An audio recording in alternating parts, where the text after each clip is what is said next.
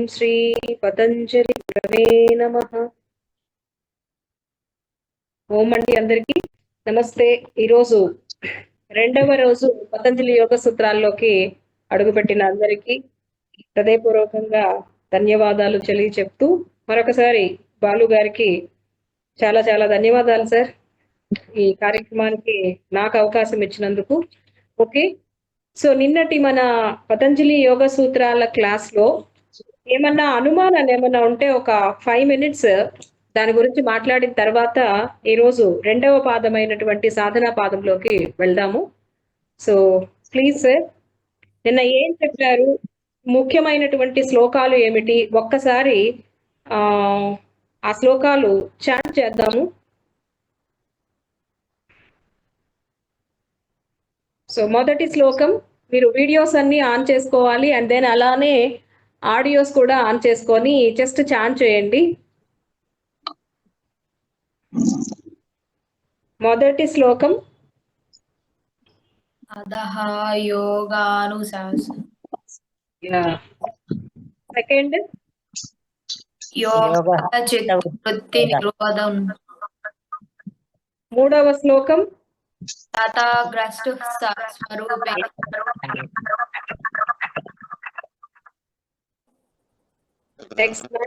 తర్వాత శ్లోకం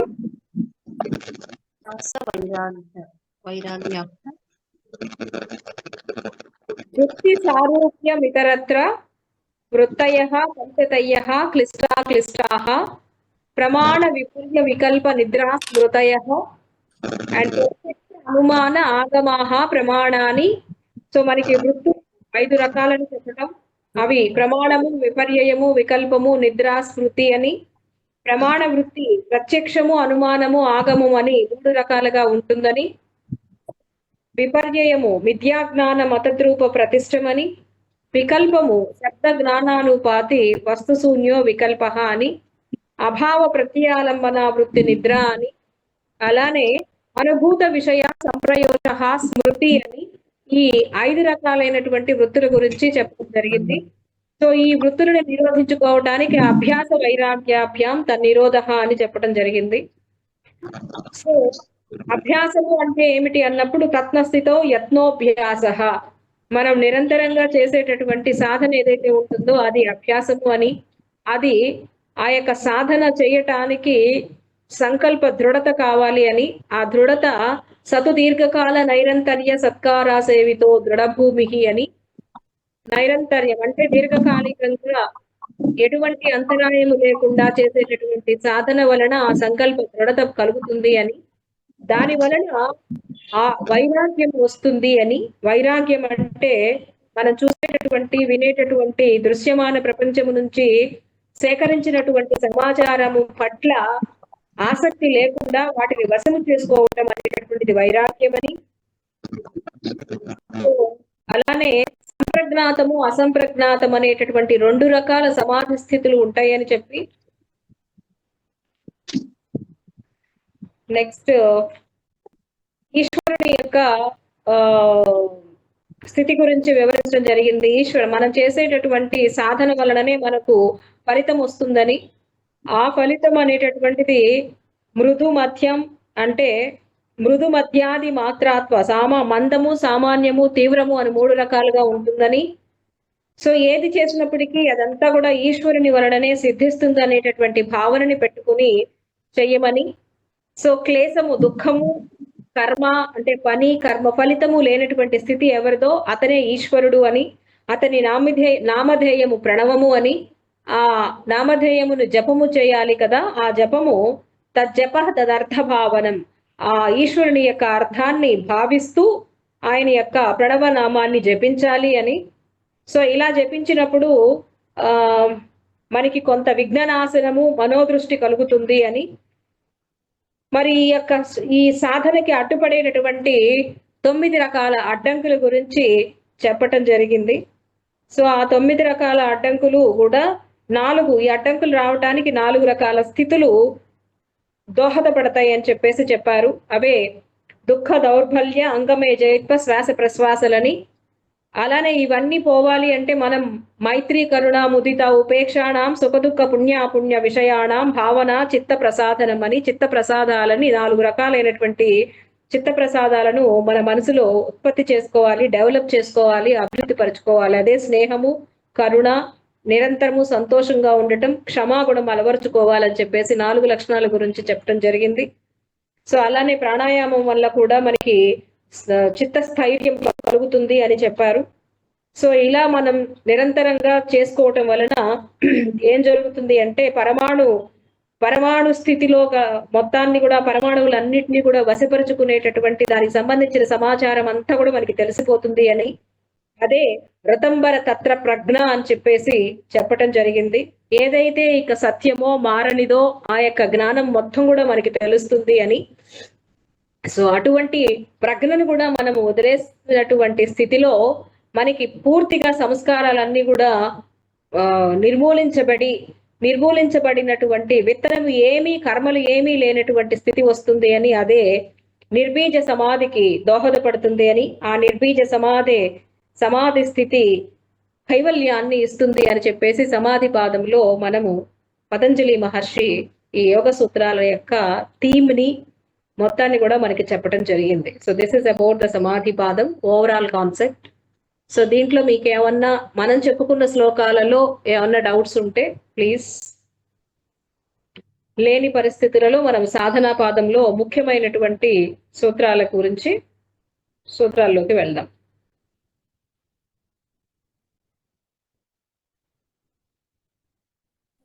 నమస్తే మేడం. చెప్పమ్మా. నమస్తే మేడం, ఈ యోగ సూత్రాల్లో మొదటి అయిన ఈ సమాధి అనేది ఎవరైనా పాటించవచ్చా? గృహస్థ జీవితం ఉన్న వాళ్ళు, లేదా ఓన్లీ ఇట్లా సన్యాసం తీసుకున్న వాళ్ళు అట్లాగా పాటించాలనా? ఎవరైనా పాటించవచ్చమ్మా. ఇప్పుడు ఆయన చెప్పింది ఏంటంటే భగవత్ స్థితిని పొందటము అనేటటువంటిది లక్ష్యముగా చెప్పుకున్నారు ఆయన. మనం ఆ లక్ష్యాన్ని సంప్రాప్తింప చేసుకోవడానికి చిన్న చిన్న లక్ష్యాలు పెట్టుకోవాలి కదా. ఏ లక్ష్యం పెట్టుకున్నా సరే ఇదే ప్రిన్సిపల్ అప్లికబుల్. అర్థమవుతుందా? ఇప్పుడు నాకు ఒక ఎడ్యుకేషన్ లో ఒక చదువుకునే పిల్లవాడు ఉన్నాడు. అతనికి ఎగ్జామినేషన్ లో మంచి మార్కులు రావాలి, అది అతని లక్ష్యము. అతని లక్ష్యం కోసం అతను ఏం చేయాలి? నిరంతరం చదువుకోవాలి. ఏ మార్గాన్ని ఎంచుకోవాలి? మనోధైర్యము, ఆ సంకల్పం మీద దృఢత కావాలి కదా. అది రెగ్యులర్ గా దానికి సంబంధించి ఏమి పనులు చేయాలో, ఏమి సాధన చేయాలో ఆ సాధనని నిరంతరంగా క్రమం తప్పకుండా నిరాటంకంగా దీర్ఘకాలికంగా చేస్తూ ఉంటే అతనికి దాని మీద దృఢత వస్తుంది. ఎట్టి పరిస్థితుల్లో ఏమి వచ్చినా సరే దాన్ని తప్పించుకోకుండా అతను కంటిన్యూ చేస్తూ ఉంటాడు, చదువుకుంటూ ఉంటాడు. సో అట్లా మనం ఈ సూత్రాలని మన జీవితానికి మనం అప్లై చేసుకోవాలి. ముందు అసలు పక్కన పెట్టండి, భగవస్థితిని పొందడం అనే కాన్సెప్ట్ పక్కన పెడితే మన లక్ష్యాన్ని మనం సాధింప చేసుకోవడానికి పతంజలి సూత్రాలని ప్రస్తుతం ఎట్లా మనకి అన్వయించుకొని అనుష్ఠింప చేసుకొని ఆచరించాలనేది మనము అనలైజ్ చేసుకోవాలి. మనం ఏది చేయాలన్నా మనోదృఢత కావాల్సిందే కదమ్మా, మన మానసిక ధైర్యం కావాల్సిందే కదా. మనం ఛాలెంజెస్ వస్తూ ఉంటాయి, అనేక రకాల ఛాలెంజ్లు వస్తూ ఉంటాయి, అవరోధాలు వస్తూ ఉంటాయి, ఆటంకాలు వస్తూ ఉంటాయి. వాటన్నిటిని ఏ విధంగా మనోధైర్యంతో ఎదుర్కోవాలనేటటువంటి స్థితి ఇక్కడ మనకి అది ఎలా ఉండాలనేటటువంటి విషయాన్ని మనకి పూర్తిగా ప్రస్ఫుటీకరిస్తారు పతంజలి. లక్ష్యానికి ఆయన చెప్పారు, మనలో ఏమైనా సరే సాధించాలంటే ఒకటే ప్రిన్సిపల్, న్యాచురల్ ప్రిన్సిపల్. ఆ ప్రిన్సిపల్ నే ఆయన ఇక్కడ చెప్పడం జరిగింది. ఓకే.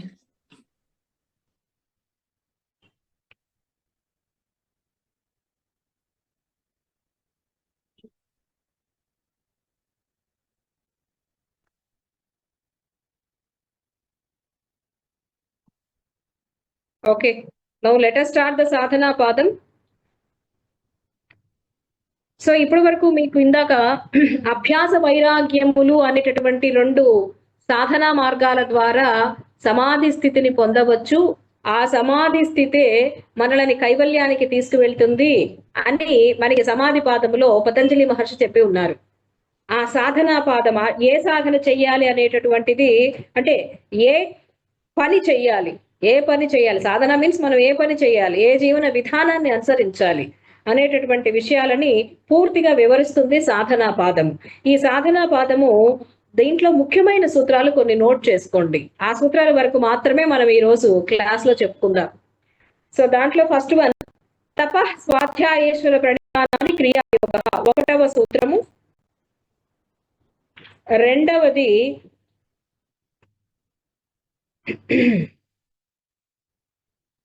సమాధి భావనార్థ క్లేశతనూకరణార్థచ్చ, 2వ శ్లోకము. 3వ శ్లోకము అవిద్య అస్మిత రాగ ద్వేష అభినివేశ క్లేశాః.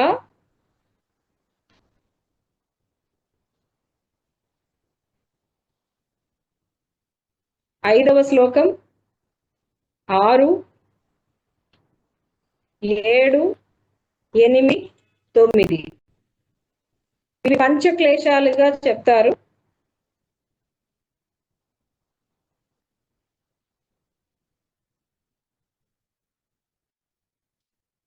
12వ శ్లోకం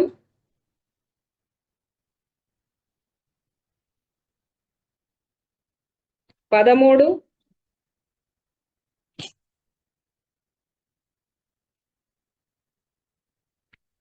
16, 29,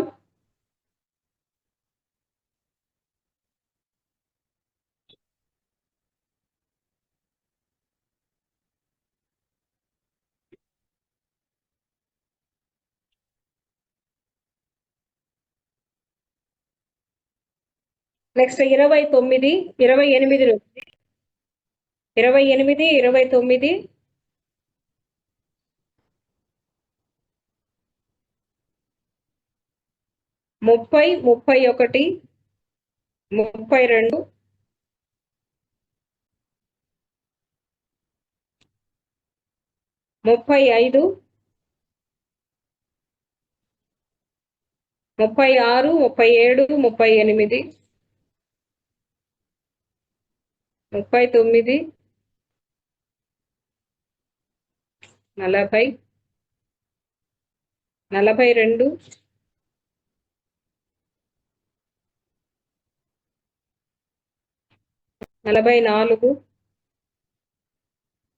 35, 36, 37, 38, 39, 40, 42, 44, 45, 46, 48, 49, 52, 53, 54. So this is about the important slokas. So now let us start the first slokam in sadhana padam. మొట్టమొదటి శ్లోకము, ఈ సాధనా పాదము క్రియాయోగము అంటే ఏమిటి అనే దానితోటి స్టార్ట్ అవుతుందండి. క్రియాయోగము అంటే, క్రియ అంటే కార్యాచరణ. మనం ఏ ఏ పని చెయ్యాలి అనేటటువంటిది ఆ ఆచరణ రూపంలో ఎలా ఆచరించాలి, ఏ పని చెయ్యాలి అనేటటువంటి దాని గురించి, ఏ స్థితిలో చెయ్యాలి అనేటటువంటి దాని గురించి వివరించేటటువంటిది క్రియాయోగము. ఆ క్రియాయోగము తోటే ఇది స్టార్ట్ అవుతుంది. తప స్వాధ్యాయేశ్వర ప్రణిధానాన్ని క్రియాయోగ. తపస్సు, స్వాధ్యాయము, ఈశ్వర ప్రణిధానము, ఈ మూడిటిని కలిపి క్రియాయోగము అంటారు. అంటే ఇప్పుడు మనం ఒక పని చేయాలి అండి, ఆ పని చేసేటటువంటిది ఎలా చేయాలి అంటే, ఫస్ట్ మనం ఫర్ ఎగ్జాంపుల్ ఇందాక జనరల్ గా మనం ఒక పిల్లవాడిని తీసుకున్నప్పుడు ఆ అబ్బాయి మంచిగా చదువుకోవాలి, సో ఒక లక్ష్యం ఉంటుంది అతనికి, ఐపీఎస్ కావాలనో లేకపోతే ఇంకోటి కావాలనో. సో ఆ లక్ష్యం అనేటటువంటిది, ఒక లక్ష్యాన్ని పెట్టుకున్నారు, ఆ లక్ష్యాన్ని నిరంతరంగా మనసులో తలుచుకుంటూ మననం చేసుకుంటూ ఉండటము తపస్సు. ఏదైతే నువ్వు లక్ష్యాన్ని పెట్టుకున్నావో ఆ లక్ష్యాన్ని నిరంతరముగా, ఇక్కడ పతంజలి మహర్షి ఏం పెట్టుకున్నారు, భగవత్ స్థితిని పొందటమే, కైవల్యాన్ని పొందటం అనేది ఆయన లక్ష్యం. కాబట్టి నిరంతరము మనసులో దాని గురించి ఆలోచిస్తూ ఉంటారు, తపస్సు చేస్తూ ఉంటారు, మననం చేస్తూ ఉంటారు. సో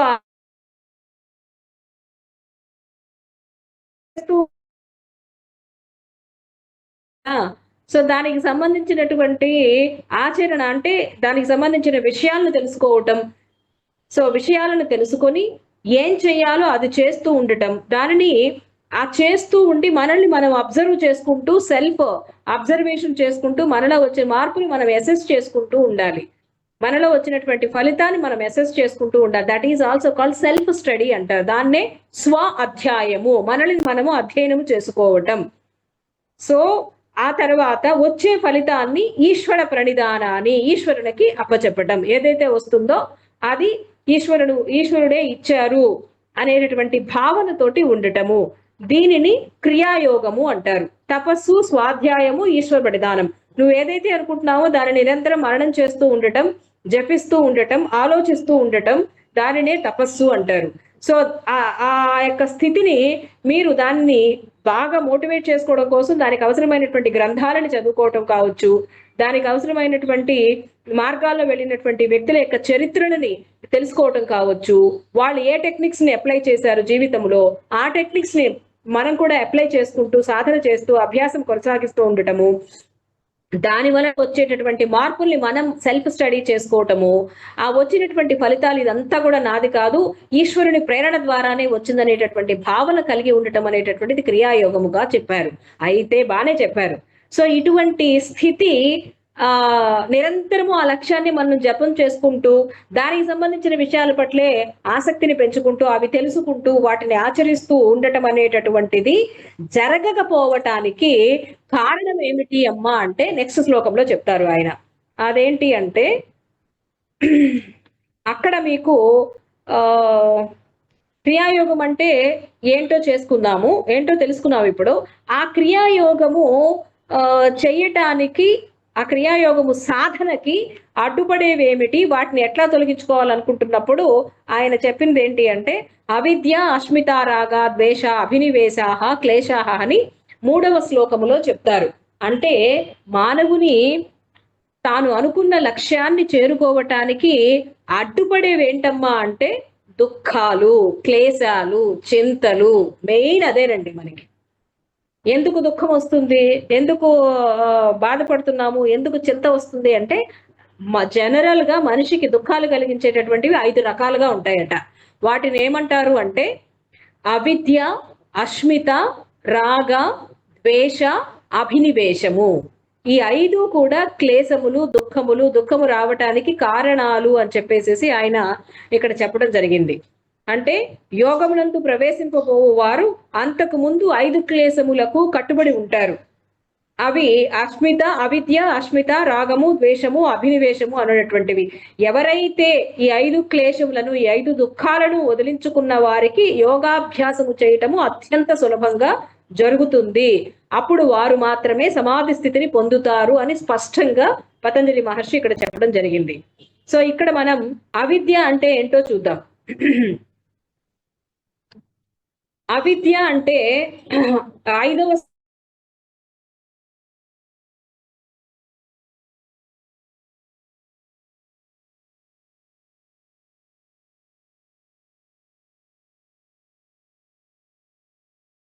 సుఖాత్మ ఖ్యాతిరవిద్య అని. అవిద్య అంటే ఏమిటి అనేటటువంటిది అంటే నిత్యము కానటువంటి దానిని నిత్యం అనుకోవటం, నిత్యానిత్యములకు మధ్య తేడా గమనించకపోవటం, శుద్ధము అశుద్ధములైనటువంటి క్రియలకు మధ్య భేదములను తెలుసుకోలేకపోవటం, దుఃఖ కారణములైనటువంటి క్రియలను, సుఖాన్ని ఇచ్చే వాటి మధ్య ఉన్నటువంటి భేదాలను తెలుసుకోలేకపోవటం, అటువంటి స్థితి కలిగినటువంటి వ్యక్తిని అవిద్య కలిగిన వాడిగా, అజ్ఞానిగా చెప్తూ ఉంటారు. అంటే జనరల్ గా ఇక్కడ మనకి బయట కనిపించేటటువంటి బాహ్య ప్రపంచం అంతా కూడా మారిపోయేటటువంటిదే, అనిత్యమైనటువంటిదే, తాత్కాలికమైనటువంటిదే. దీనికన్నా మించినటువంటి సత్యమైనటువంటిది, చలించినటువంటిది, మార్పు లేనటువంటిది ఒకటి ఉన్నది, అదే ఈశ్వర స్థితి.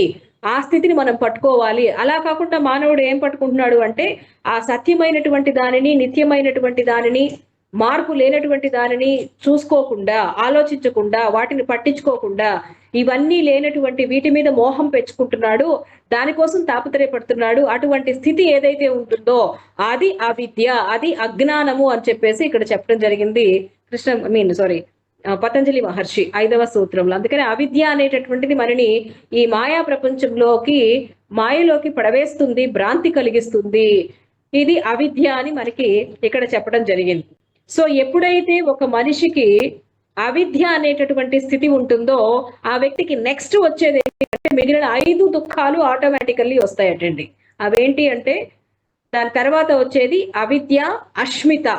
అస్మితము అంటే అహంకారము. దుర్ధర్సన శక్తో ఏకాత్మై అస్మితాహ అని చెప్తున్నారు. అంటే ఎప్పుడైతే మనిషికి తాత్కాలికమైనటువంటి వాటి పట్ల మోహము ఉంటుందో, బంధము ఉంటుందో, ఆ వ్యక్తికి అవే నిత్యములు అనుకొని వాటి కోసం నిరంతరం తాపత్రయపడుతూ వాటి కోసం వాటి పట్ల వాటి పైన కోరిక పెంచుకుంటూ ఆ కోరిక తీరటం కోసం నిరంతరం ప్రపంచాన్ని, ప్రకృతిని కావలసినంత వాడుకుంటాడు, పాడు చేస్తాడు, దోచుకుంటాడు.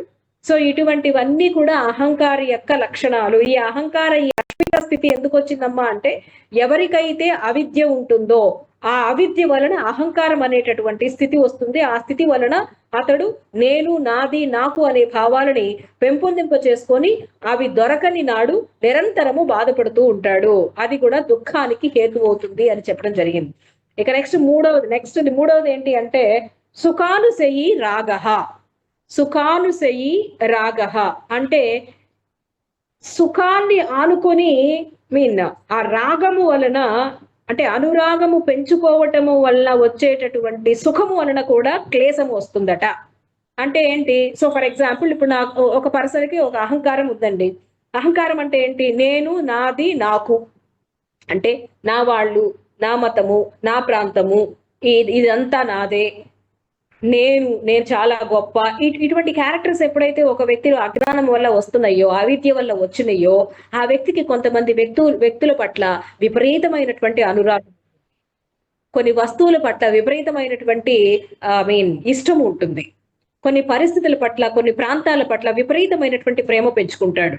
సో అవి దూరం అయిపోతున్నాయి అనుకున్నప్పుడు విపరీతమైనటువంటి దుఃఖాన్ని కలిగి ఉంటాడు. అంటే మనకి విపరీతంగా ఇష్టం ఉన్న వాళ్ళు మనకు దూరం అవుతూ ఉంటే విపరీతమైనటువంటి బాధ కలుగుతూ ఉంటుందండి, దుఃఖం వస్తూ ఉంటుంది. జనరల్ గా మనం అసెస్ చేసుకుంటే ఒక వ్యక్తికి అసలు జీవితంలో ఎందుకో ఈ దుఃఖం వస్తుంది, చింతలు వస్తున్నాయి, బాధ ఎందుకు వస్తుంది అనుకున్నప్పుడు మనం అసెస్ చేసినప్పుడు మనకి తెలుస్తుంది. రియాలిటీ దగ్గరగా లేకపోతే ప్రతిదాన్ని నాకు రావటం లేదని బాధపడుతూ ఏడుస్తూ ఉంటాడు. అజ్ఞానంలో ఉన్న వ్యక్తికి అహంకారం వస్తుంది. అహంకారము అంటే నా వాళ్ళు, నాది, ఇదంతా నా సొంతము, నేనేంటి అనే భావన ఎప్పుడైతే ఉంటుందో వాళ్ళ పట్ల రాగాన్ని పెంచుకుంటున్నప్పుడు, వాళ్ళు బాధపడుతున్నారని తెలిసినప్పుడు, నాకు ఇష్టమైన వాళ్ళు బాధపడుతున్నారని తెలిసినప్పుడు నేను కూడా బాధపడతాను. సో నా ఈ దుఃఖానికి కారణం నాకు ఇష్టమైన వ్యక్తులు బాధలో ఉన్నారనేటటువంటి స్థితి. నెక్స్ట్ నాలుగవది ఏంటి అంటే దుఃఖానుశయి ద్వేషః. సుఖాన్ని అనుసరించి ఎట్లాగైతే రాగం ఉంటుందో దుఃఖాన్ని అనుసరించి ఉండేది కూడా ద్వేషమేనటండి. అంటే ద్వేషము వలన కూడా మనకి ఈ క్లేశం అనేటటువంటిది పుడుతుందటండి. ద్వేషం అనేటటువంటి స్థితి వలన. సో ఫర్ ఎగ్జాంపుల్ మనకి ఇష్టమైన వ్యక్తులు అయిష్టమైనటువంటి వ్యక్తులు బాగా ఉచ్చ స్థితిలోకి వెళ్తున్నారు అంటే మనకి విపరీతమైనటువంటి బాధ, చింత, దుఃఖము ఉంటుంది. సో అంటే ఒక వ్యక్తి పట్ల అమితమైనటువంటి ప్రేమ, ఒక వ్యక్తి పట్ల అమితమైనటువంటి ద్వేషము, ఈ రెండు కూడా మనుషుల్ని క్లేశాలకు దారితీస్తున్నాయి అని చెప్తున్నారు. And then next one last ఏంటి అంటే అభినివేశాః. స్వర సవాహి విదుషోపి తధారూఢో అభినివేశాః అని అంటున్నారు. అంటే స్వర సవాహి అభినివేశము అంటే ఏమిటి అంటే ప్రాణము మీద మమకారము సర్వజీవులకి సమానంగా ఉంటుంది. పామరులు, పండితులు, నాస్తికులు, ఆస్తికులు, ఎవరికి ఏ భేదము లేకుండా ప్రతి ఒక్కరికి కూడా ప్రాణం పోతుందంటే విపరీతమైనటువంటి బాధ, అంటే ప్రాణము మీద విపరీతమైనటువంటి తీపి. సో ఏదన్నా మనకి ప్రాణం మీదకి వస్తుంది అనుకున్నప్పుడు ఎంతటి పండితుడికైనా, రోజు లెక్చర్లు ఇచ్చి ఆధ్యాత్మిక ప్రసంగాలు చేసే వాళ్ళకైనా సరే ప్రాణం మీదకి వస్తుంది అంటే దుఃఖం వస్తుందటండి. దానిని ఏమన్నారు అంటే అభినివేశము అన్నారు. జీవితములో ఒక వ్యక్తికి చింత ఎందుకు వస్తుంది అంటే ఈ 5 రకాల కారణాల వల్లే వస్తుందటండి. అవి ఏంటి అంటే ఫస్ట్ అవిద్య. ఈ ఒక్క అవిద్య వలన మిగిలిన 4 కూడా వస్తాయట. కాబట్టి ఫస్ట్ ఒక వ్యక్తి ఏం చేయాలి, ఏం తెలుసుకోవాలి అంటే మీరు సాధనలు కాదు, అవి కాదు, first you know the right knowledge. సత్యం ఏమిటి, అసలైనటువంటి జ్ఞానం ఏమిటి అనేది తెలుసుకున్నప్పుడు మిగిలిన చింతలు దుఃఖాలు రాకుండా ఉంటాయటండి. So this is about the క్లేశములు. 5 రకాలైనటువంటి పంచక్లేశాల గురించి ఇక్కడ పతంజలి మహర్షి మనకి వివరించడం జరిగింది. వాటిని అవిద్య, అస్మిత, రాగ, ద్వేష, అభినివేశము అని అంటారు. సో నెక్స్ట్ వన్,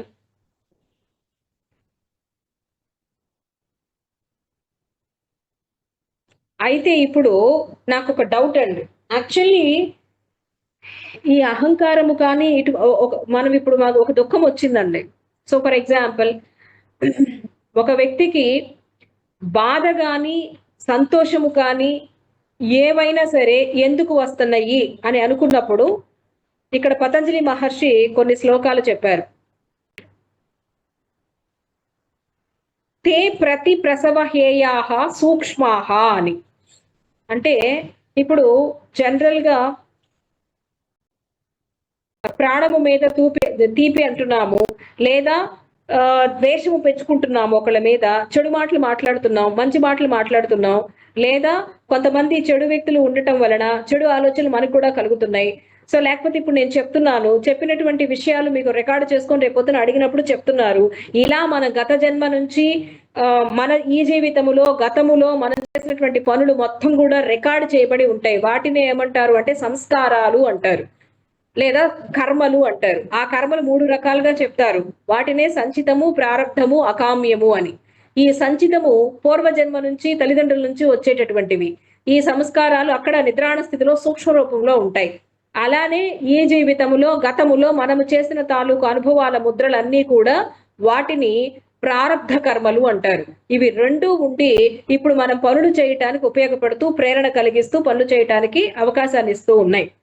సో అంటే ఇక్కడ మనం తెలుసుకోవాల్సింది ఏంటి అంటే, ఈ మధ్య శ్లోకాల వలన మనము అనేక రకాల జన్మల ద్వారా అనేక రకాల అనుభవాలని పోగేసుకొని ఈ జన్మకి తెచ్చుకుంటున్నాము.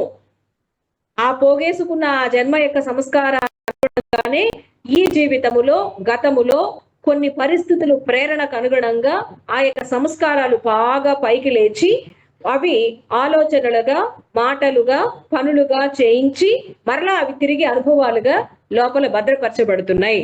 సో వాటిని ప్రారబ్ధము అంటారు. ఇలాగా మనకి ఒక ఆలోచన వస్తుంది అంటే మన సబ్ కాన్షియస్ మైండ్ లో, మన చిత్తములో, మన బాక్స్ లో, జ్ఞాపకాలు భద్రపరిచే పెట్టెలో ఈ యొక్క అనుభవాలు సంస్కారాల రూపములో, వాసనల రూపములో లోపల భద్రపరచబడి ఉండటం వలన మనము ఈ జన్మలో పనులు చేస్తూ ఉంటున్నాము. అంటే ఒక రకంగా మనకు ఆలోచన రావడానికి కారణము కర్మలు. అవి సంచితం కావచ్చు, ప్రారబ్ధం కావచ్చు. ఇది ఒకటి గుర్తు పెట్టుకోండి. ఇక్కడ ఏం చెప్పారు అంటే 12వ శ్లోకంలో క్లేశ మూల కర్మాశయ దృష్ట జన్మ వేదనీయ. క్లేశ మూల, ఈ దుఃఖాలకి కారణం ఏంటమ్మా అంటే, ఇప్పుడు నేను ఒక వ్యక్తి మీద అభిమానం పెంచుకున్నాను అంటే అహంకారం వల్ల అంటున్నాము. ఈ అహంకారం అనేటటువంటిది అజ్ఞానము వలన వస్తుంది. ఈ అజ్ఞానము అంటే నేను ఇట్లానే ఉంటాను, నేను అనిత్యమైన వాటి మీద మోహం పెంచుకునేటటువంటి స్థితి నాకుంది అంటే వెనక నా హిస్టరీలో, నా జ్ఞాపకాలు భద్రపరిచే పెట్టెలో అటువంటి చెడు సంస్కారాలు ఉన్నాయి. కాబట్టి ఈ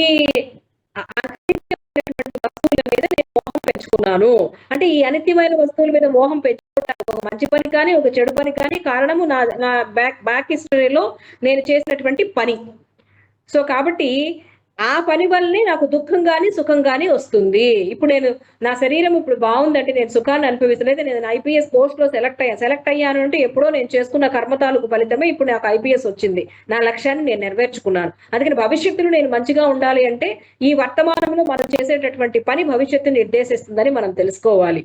అందుకని ఇక్కడ క్లేశ మూలం అంటే ఈ దుఃఖాలకి మూలం ఎక్కడుందట, మనకి కర్మాశయం దృష్ట జన్మ వేదనీయ. జన్మ జన్మల నుంచి వచ్చినటువంటి మనము చేసుకున్నటువంటి మంచి పనులు కానీ చెడు పనులు కానీ ఇవన్నీ కూడా ఇప్పటి మన స్థితికి కారణమవుతున్నాయి. ఇప్పటి మీ సుఖానికి కానీ దుఃఖానికి కానీ కారణమవుతున్నాయి అని మనం ఇక్కడ స్పష్టంగా పతంజలి మహర్షి మనకి 12వ శ్లోకంలో 12వ సూత్రములో చెప్పి ఉన్నారు.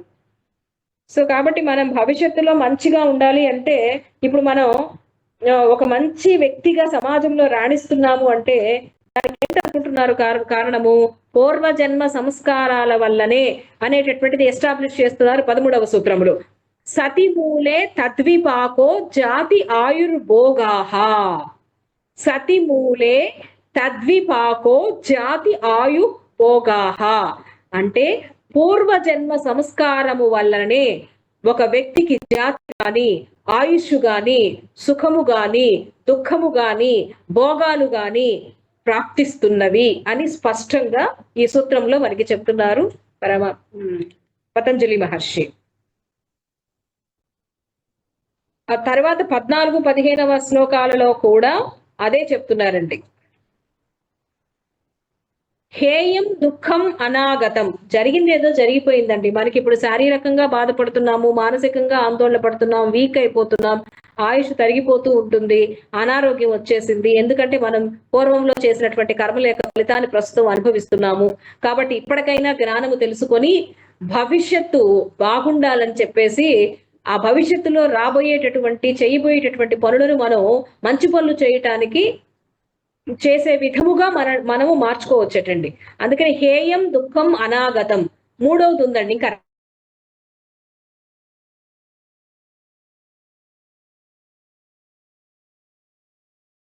అకామ్య కర్మలు పడకుండా స్ట్రాంగ్ అవ్వకుండా మనం చేసుకోవచ్చటండి ఈ జ్ఞానం ఇప్పుడు తెలుసుకున్నట్లయితే. హేయం దుఃఖం అనాగతం. దుఃఖానికి కర్మ ఫలితంలే కారణమవుతున్నాయి కాబట్టి పూర్వజన్మలో చేసినటువంటివి మనం ఏం తప్పించుకోలేము, కానీ రాబోయే వాటిని తప్పించుకోవచ్చు ఇప్పుడు మనం పర్ఫెక్ట్ గా ఉండి అని చెప్తున్నారు. సో నెక్స్ట్ సూత్రం వచ్చేసి అష్టాంగ యోగం దగ్గరికి వెళ్దామండి. ఇట్స్ ఎ వెరీ ఇంపార్టెంట్ మీకు.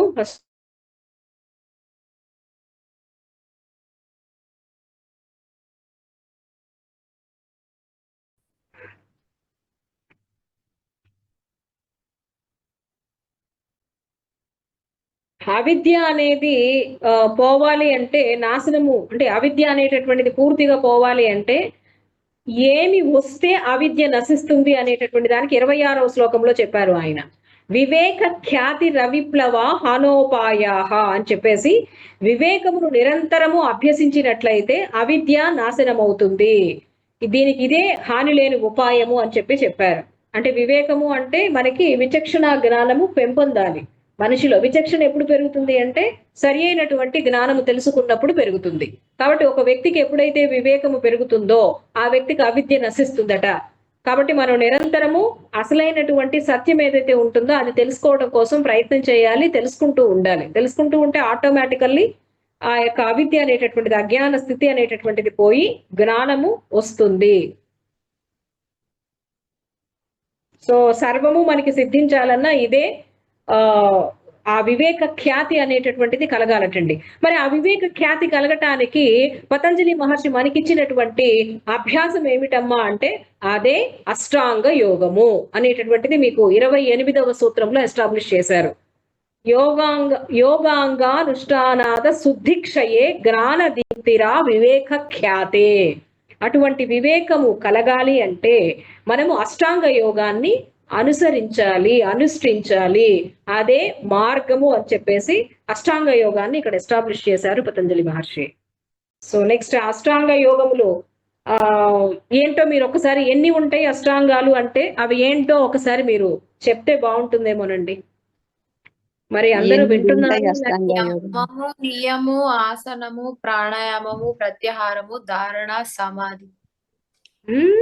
ఇంకొకటి మిస్ అయిందబ్బా, ధ్యానం. ఎగ్జాక్ట్లీ. ప్రత్యాహార, నియమ, ఆసన, ప్రాణాయామ, ప్రత్యాహార, ధారణ, ధ్యాన, సమాధి. ధారణ, ధ్యాన, సమాధి. ఎగ్జాక్ట్లీ. సో దీంట్లో మనకి first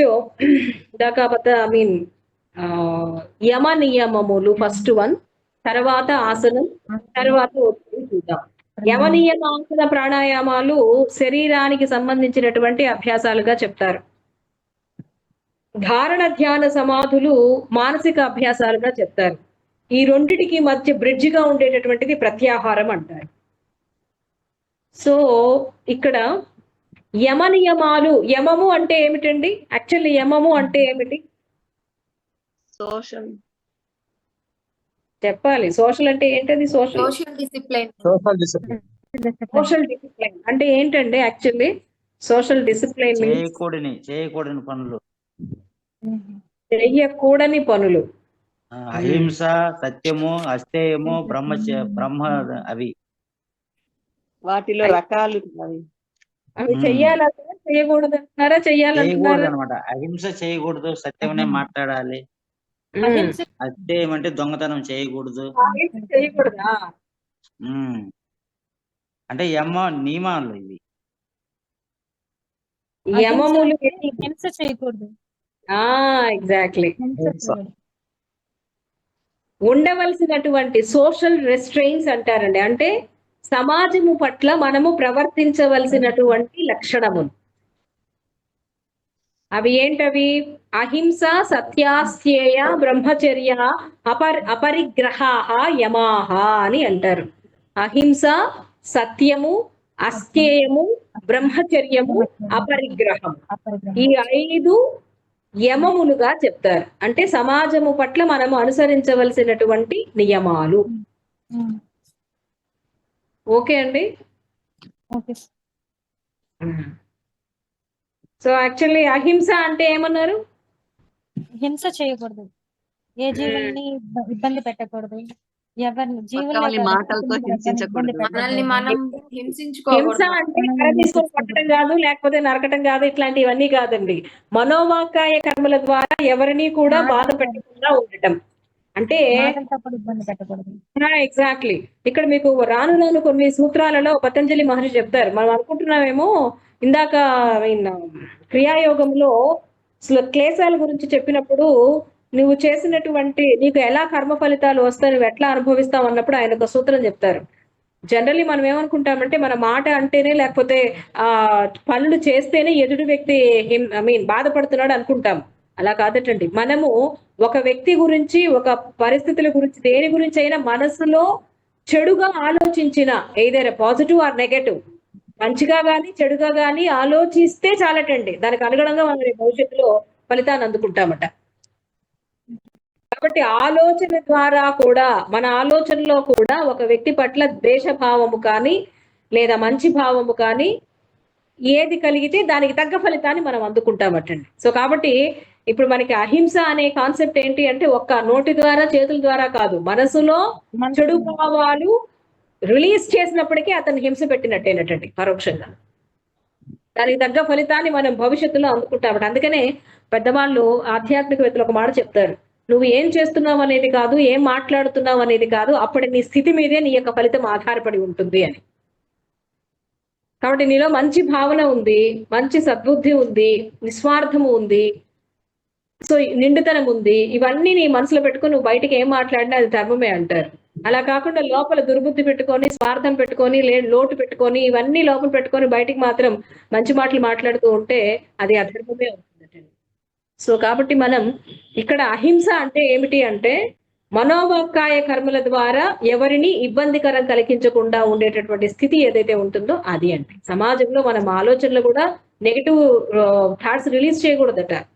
actually negative thoughts release అవుతూ ఉంటే ఆ ఆరాలో ఉన్న వ్యక్తులందరూ కూడా నెగిటివ్ గా మారిపోతారటండి. ఎలాగైతే గౌతమ బుద్ధుడి ఆరా కొన్ని కిలోమీటర్ల వరకు వ్యాపించి ఉంటే ఆరాలోకి వస్తే ఆటోమేటిక్ మన ఆలోచనలు మారిపోతున్నాయో, ఒక నెగటివ్ పర్సన్ యొక్క కెపాసిటీ వల్ల కూడా ఆయన ఆరాలోకి వస్తే ఆటోమేటికలీ మన ఆలోచన, మన స్థితి కూడా మారిపోతుందట. సో అది కూడా ఆ వ్యక్తిని చెడుగా మారటానికి మనము ఆలోచనలు కారణమవుతూ ఉంటాయట. It's powerful concept. Thought is very powerful. So అందుకని ముందు క్లెన్స్ చేసుకోవాల్సింది ఏంటి అంటే ఆలోచనలు స్కూటీ చేసుకోవాలి ఫస్ట్. ఏంటమ్మో వాట్ హ్యాపెన్?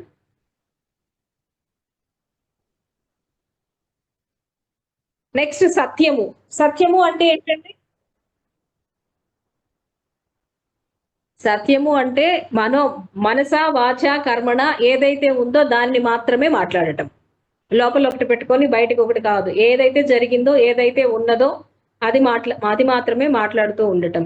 నెక్స్ట్ది అస్థేయము. అస్థేయం అంటే ఏంటండి? దొంగతనం మేడం. దొంగతనం అంటే ఏంటి చెప్పండి ఒక మాటకు అర్థం. దొంగతనం అంటే ఎదుటి వాళ్ళ వస్తువుల్ని దోచుకోవడం మనం కానీ దొంగిలించం. ఇంకా అంతేనా? వస్తువులేనా? మనసులో కూడా నాది అనే భావన ఎదుటి వాళ్ళ అస్థేయము అంటే ఏంటి అంటే నా ప్రమేయం లేకుండా నా సమయాన్ని కానీ నా వస్తువుని కానీ నా మాటని కానీ ఉపయోగించటము తీసుకోవటం. అర్థమైందా మీకు అస్థేయం అంటే? నువ్వు నా టైం ఇచ్చారు 10 నిమిషాలు, నన్ను నడకుండా నా టైం అంతా తీసుకున్నావు అనుకోండి, అంతేనా కాదా? దట్ ఈస్ ఆల్సో కాల్డ్ దొంగతనం చేయటమే. నన్ను అడగకుండా నా సమయాన్ని కానీ నా మాటని కానీ నా వస్తువులు కానీ నువ్వు స్వీకరించకూడదు. సో ఆ కాన్సెప్ట్ ని అస్థేయము అంటారు. నెక్స్ట్ ఇది బ్రహ్మచర్యము. బ్రహ్మచర్యం అంటే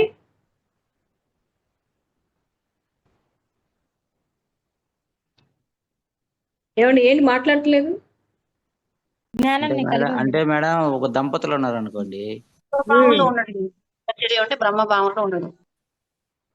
ఎగ్జాక్ట్లీ. బ్రహ్మచర్యము అంటే ఏమిటి అంటే చర్యము అంటే చరించటము. బ్రహ్మ యొక్క అంటే బ్రహ్మమునకు సంబంధించినటువంటి ప్రతి ఒక్క స్థితి నుంచి కూడా మనము ఏం గ్రహించాలి? బ్రహ్మభావనతోటి ఉండాలి.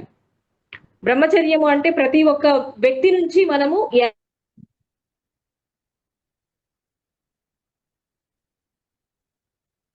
జ్ఞానాన్ని నిరంతరము సమాజం నుంచి మనం గ్రహిస్తూ ఉండటం. ఎలా ఉండాలి, ఎలా ఉండకూడదు, ఎలా ఉంటే మనము మన లక్ష్యానికి చేరువవుతాము, ఎలా ఉంటే మన లక్ష్యానికి దూరం అవుతాం అనేది సమాజం నుంచి మనము గ్రహిస్తూ ఉండాలి. సో సమాజము పట్ల మనము ఏ భావాల్ని ప్రదర్శించాలనేటటువంటి జ్ఞానాన్ని కలిగి ఉండటం బ్రహ్మచర్యం. అంతేగాని అది సంసార జీవితానికి సంబంధించిన ఒక కాన్సెప్ట్, అది one of the concept. Next తర్వాతది అపరిగ్రహము. అపరిగ్రహము అంటే ఇంద్రియాల పట్ల నిగ్రహంగా ఉండడం. అపరిగ్రహము తీసుకోవడమేనండి, వేరే వాళ్ళకి తీసుకోవడం. తీసుకోకుండా ఉండడం మనకి అవసరం లేదు. ఎందుకు తీసుకుంటున్నావు వేరే వాళ్ళ దగ్గర నుంచి? అంటే లోభంతో ఎక్కువ తీసేసుకుంటాం. ఒక ఇల్లు సరిపోతుంది ఉండటానికి. ఒక్క క్షణం, ఈ క్షణం మనం ఒక ఇంట్లో మాత్రమే ఉండగలుగుతాం. కానీ మనకి 5, 6 ఇల్లు, 7 ఇల్లు, 8 ఇల్లు, 9 ఇల్లు ఉన్నాయి కదా. అవసరమా? ఒకవేళ ఎగ్జాక్ట్లీ. అంటే మన అవసరానికి మించి మనకి సరిపోయింది, మనకి తృప్తి ఉంది, మనకి నిత్యావసరాలు ఇప్పుడు ఈ క్షణం నాకు ఏం కావాలో అవన్నీ నాకు సమకూరినాయి. ఎక్సెస్ గా మన దగ్గర ఏది ఉంచుకోకుండా ఉండటం అండి. జనరల్లీ ఎక్సెస్ గా మనం ఆధారంగా అట్టు పెట్టుకున్నాం అనుకోండి, అది ఎవడో తీసుకుపోతాడని భయమేనా కాదా? సో దట్ ఈస్ అంటే మీరు ఎక్కువగా మీ దగ్గర దాచిపెట్టుకుంటున్నారు అంటే వేరే వాళ్ళకి అవసరమైన దాన్ని మీరు బ్లాక్ చేస్తున్నట్టేగా. So that is the concept. So these are the social restraints. ఇవి సమాజము పట్ల మనం అనుసరించవలసినటువంటి సూత్రాలుగా చెప్తున్నారు. నెక్స్ట్ వన్ నియమాహ. నియమాలు అంటే ఏమిటండి? What are the niyamas? Disciplines, self discipline madam, మనం ఎలా ఉండాలి అని. మనము మన పట్ల ఏ విధముగా ఎలా ఉండాలి, ఎలాంటి నియమాలని పాటించాలి అనేటటువంటిది తెలియచెప్పేది నియమాలు అంటారు. ఎన్ని ఉన్నాయి నియమాలు? 5. 32వ సూత్రంలో చెప్పారండి. శౌచ సంతోషేశ్వర ప్రణిధానాని నియమాహ అని 32వ సూత్రంలో చెప్పారు. శౌచము, సంతోషము, తపస్సు, స్వాధ్యాయము, ఈశ్వర ప్రణిధానము. సరే, ఈ నియమాలలో ఆల్రెడీ మనం ఇంతకు ముందు చెప్పుకున్నామే కొన్ని. ఏంటవి?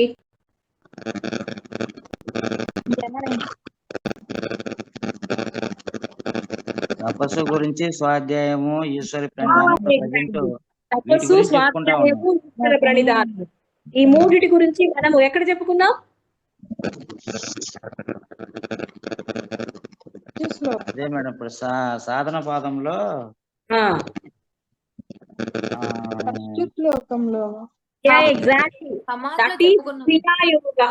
క్రియాయోగము అంటే తపస్సు, స్వాధ్యాయము, ఈశ్వర ప్రణిధానాః క్రియాయోగ అని సాధన పాదము ఈ సూత్రముతోటే ప్రారంభమవుతుంది. సో సో ఒక వ్యక్తి ఎలా ఉండాలి, ఏ క్రియలోకి వెళ్ళటానికి అతను అనుసరించవలసినటువంటి ప్రణాళిక ఏమిటి అన్నప్పుడు తపస్సు, స్వాధ్యాయము, ఈశ్వర ప్రణిధానం అనుసరించాలి అని క్రియాయోగానికి డిఫైన్ చేశారు పతంజలి మహర్షి. సో దానికన్నా ముందు 2 యాడ్ అయినాయి, శౌచము, సంతోషము. What about the shaucha? శౌచము అంటే శుద్ధి శుభ్రంగా అంట. ఉండడం. ఏంటి క్లీన్ గా ఉంచుకోవాలి మనం? మనసుని, శరీరాన్ని. ఎగ్జాక్ట్లీ. చాలా సంతోషం అండి, మీకు చాలా జ్ఞానం తెలిసిపోయింది నేను చెప్పక ముందలే. శారీరకంగా, మానసికంగా శుద్ధిగా ఉండాలటండి, శౌచముగా ఉండాలట. శారీరక శుద్ధి అంటే ఏంటంటారు? పర్సనల్ హైజీన్, శరీరం నీట్ గా స్నానం చేయడం, పర్సనల్ నీట్ గా హైజీన్, మన పరిసరాలను 2 పూటలు స్నానం చేయటం, గోర్లు కత్తిరించడం, ఉండటం. క్లీన్‌నెస్ ని ఆరోగ్యం. పాటించడం. అంటే 2 పూట్ల స్నానం చేసి 2 పూట్ల 2 గంటలు స్నానం చేసి గోళ్ళు కత్తిరించుకుంటే అతనికి శారీరక శౌచం ఉండట. శరీరము అంటే పైకి కనిపించేటటువంటి అవయవాలు కాదండి బాబు, ఉన్నటువంటి దేహము కూడా అవయవాలు మొత్తం ఉంటాయి. గుండె మొత్తం అన్ని అవయవాలు, కిడ్నీలు, మూత్రం, మొత్తం ఓవరాల్ ఈ బాడీ మొత్తాన్ని కూడా పాంచభౌతికమయమైనటువంటి ఈ శరీరము మొత్తం కూడా శౌచముగా ఉండాలి. లోపల సరఫరాలు జరుగుతూ ఉంటాయి నిరంతరం. గుండె ఎంత ఉండాలో, ఎంత ఆకారం ఉండాలో అంత ఆకారం ఉండాలి. గుండె ఏం పని చేయాలో ఆ పని చేస్తూ ఉండాలి. ఎక్సెస్ గా అదనంగా లోపల ఎటువంటి పరిస్థితుల్లో ఎక్సెస్ మెటీరియల్, అదనంగా పదార్థాలు ఏవి కూడా, ద్రవాలు ఏవి కూడా ఏమి ఉండకూడదు. ఏది ఎట్లా ఉండాలో, ఎంత ఖాళీ ఉండాలో, ఎంత నిండుదల ఉండాలో అంత ఉండాలి. అది అప్పుడు రక్త, ఉష్ణ, వాయు ప్రసారాలకి సాఫీగా జరుగుతాయి. ప్రాణశక్తి ప్రసారాలు కూడా సాఫీగా జరుగుతాయి. అది శౌచము అంటే. బాహ్య శౌచము కాదు, బాహ్యంగా మనం శరీరాన్ని రోజు తుడిచినా లోపల కళ్ళు కంపు కొడుతూ ఉంది. లోపలంతా చెత్త పెట్టుకుని బయటికి మాత్రం చక్కగా స్నానాలు చేసేసి పౌడర్లు దుకొని వస్తే కుదరదు కదా. లోపల బీపీలు ఉన్నాయి, షుగర్లు ఉన్నాయి, హార్ట్ ప్రెషర్లు ఉన్నాయి, హార్ట్ స్ట్రోక్లు ఉన్నాయి, రకరకాలే ఉన్నాయి. ఇవి ఈ మొత్తం లేకుండా పరిపూర్ణమైనటువంటి శారీరక ఆరోగ్యము ఉండాలి లోపల బయట. నీకు బయట చెమట వాసన వస్తుంది, బయట స్కిన్ ప్రాబ్లమ్స్ వస్తున్నాయి, బయట అంతా ఇది ఈ స్మెల్ వస్తుంది అంటే లోపల టాక్సిన్స్ అన్ని బయటికి రిలీజ్ అవుతూ ఉంటాయి. లోపల శుద్ధిగా ఉంది అంటే, ఇంకొక విషయం మీకు చెప్పనా, ఏ యోగి అయితే నిరంతరము దీర్ఘకాలికంగా ధ్యాన స్థితిని, యోగ స్థితిని, యోగాభ్యాసాన్ని చేస్తూ ఉంటారో, ధ్యానాన్ని కొనసాగిస్తూ ఉంటారో ఆ వ్యక్తి కటండి మలమూత్రాలు తగ్గిపోతాయట, నిద్ర శాతం తగ్గిపోతుందట, ఆకలి శాతం తగ్గిపోతుందట. ఇది ఫస్ట్ గుర్తండి. సో కాబట్టి మనకి లోపల ఎక్సెస్ మెటీరియల్ ఉంటే బయటకు వస్తుంది. ఆ ఎక్సెస్ మెటీరియల్ ఎప్పుడు కూడా ఉండకుండా శౌచంగా, శుభ్రంగా ఉంటే న్యాచురల్ గా ఏది ఎప్పుడు జరగాలో అప్పుడు జరుగుతాం. దట్ ఈస్ ఫిజికల్ శారీరక శౌచము అంటారు. మానసిక శౌచము అంటే ఏమిటి అంటే, మనసులో ఈ ప్రకృతి, మనసు అనేటటువంటి దానిలో 3 రకాల గుణాలు ఉంటాయటండి. ఏంటవి? సత్వ, రజో, తమో. మానసికంగా ఒక వ్యక్తి శౌచము కలిగి ఉండాలి అంటే తమో రజో గుణాలని పూర్తిగా తొలగింప చేసుకొని, కరిగింప చేసుకొని సత్వ గుణాలను పెంపొందింప చేసుకునేటటువంటి స్థితి ఉండాలి. సో ఆ స్థితి దేన్ని తీసుకొస్తుందట? నిరంతరము మంచి సత్వగుణ లక్షణాలు. యాక్చువల్లీ తమో గుణం అంటే ఏంటో తెలుసా అండి? గుణాలు ఏంటో, ఆ లక్షణాలు ఏంటో తెలుసా? తమో గుణ లక్షణాలు బద్ధకము, ఆలస్యం, నిద్ర. బద్ధకము, ఆలస్యం, నిద్రమత్తు, ఇంకా ఆలస్యం, సోమరితనము, బద్ధకము, నిద్రమత్తు, అనుమానము, అపార్థము, సోమరితనము, బద్ధకము, నిద్రమత్తు, ఆవలింతలు, postpone mentality, depression mentality, suppression mentality, ఎటు తేల్చుకోలేకపోవడం, ఊరిసలాడ మనస్తత్వం, అధమ అంచనా, ఇటువంటి అధమ స్థాయి లక్షణాలన్నీ తమో గుణస్థులే. ఈ లక్షణాలు మనకి బోల్డెన్ ఉన్నాయి. అవన్నీ కరిగించుకోవాలి, ఫస్ట్ తొలగించుకోవాలి, అవన్నీ పోవాలి. యోగాలకు వెళ్ళి యోగ సాధన చేస్తున్నటువంటి, యోగాలోకి వెళ్ళి యోగ జ్ఞానాన్ని తెలుసుకున్నటువంటి వ్యక్తి తనలో ఉన్నటువంటి గుణాలను తెలుసుకొని తొలగించుకోవడానికి ప్రయత్నం స్టార్ట్ చేస్తాడు. రెండవది, అతను యోగాభ్యాసాన్ని చేస్తూ ఉంటే తమో గుణాలు నెమ్మదిగా కరిగిపోతూ ఉంటాయి. ఇంకా అతను కంటిన్యూ చేస్తూ ఉంటే రజో గుణాలు కరిగిపోతాయటండి. What about the concept of rajoguna? రజోగుణం అంటే ఏంటి? కోరికలు, ఈర్ష్య, కక్ష, ద్వేషము, అసూయ, పోటీతత్వం, ఆరోపణతత్వం, అతి జాగ్రత్త, అతి శుభ్రత, అతి నిద్ర, అతిగా అంచనా వేసుకోవడం, మాట్లాడటం, ఇటువంటి సుపీరియారిటీ క్వాలిటీస్ అన్ని రజోగుణస్తులు. ఇవన్నీ కరిగిపోతాయి. నెక్స్ట్ ఇంకా కంటిన్యూ చేస్తూ ఉంటే సత్వగుణ లక్షణాలు డెవలప్ అవుతాయంట. కరుణ, ప్రతిభ, సమర్థత, కరుణ, జాలి, దయ, ప్రేమ, అనురాగం, ఆప్యాయత, sincerity, responsibility, commitment, punctuality, honesty, ఇటువంటి ఉన్నత స్థాయి గుణాలు.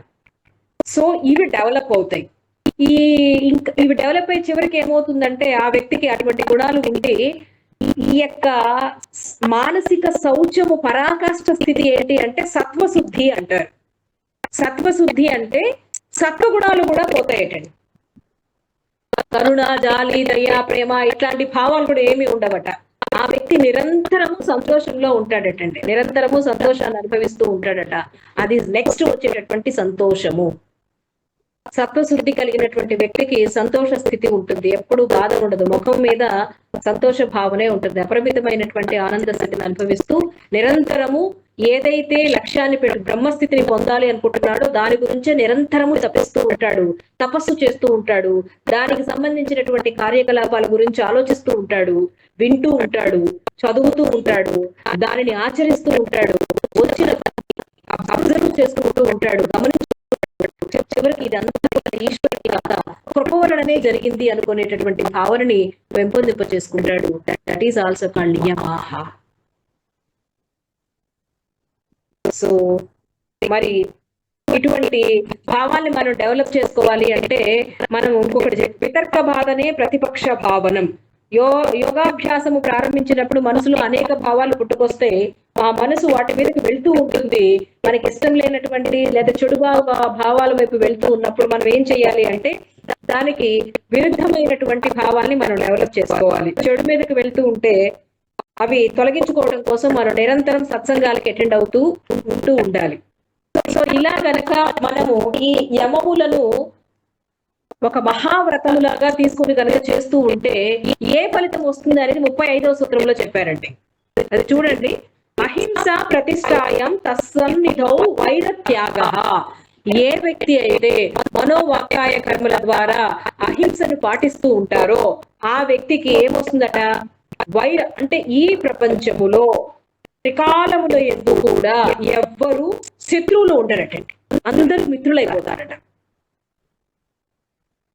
ఆఖరికి ఎంత ఘోరమైనటువంటి మృగాలు కూడా అతన్ని చూడగానే ప్రణమిల్లుతాయటండి, అతనికి దాసోహం అయిపోతాయట, పూర్తిగా మిత్రభావన ఏర్పాటవుతుందటండి. ఏ వ్యక్తి అయితే అహింస వ్రతముగా ఆచరిస్తూ ఉంటారు. నెక్స్ట్ సత్య ప్రతిష్టాయాం ఫలాశ్రయత్వం. సత్యము నిరంతరము మనసా వాచా కర్మణ సత్యాన్ని మాట్లాడేటటువంటి వ్యక్తి అలా గనక ప్రతిష్ఠించుకుని కూర్చొని అదే విధానాన్ని అనుసరిస్తున్నటువంటి వ్యక్తికి అతను ఏం కోరుకుంటే అది జరుగుతుందట.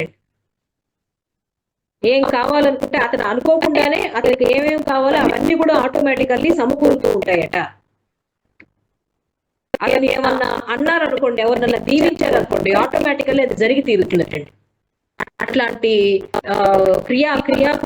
ఫలం అనేటటువంటిది ఆయనకి కలుగుతుందట.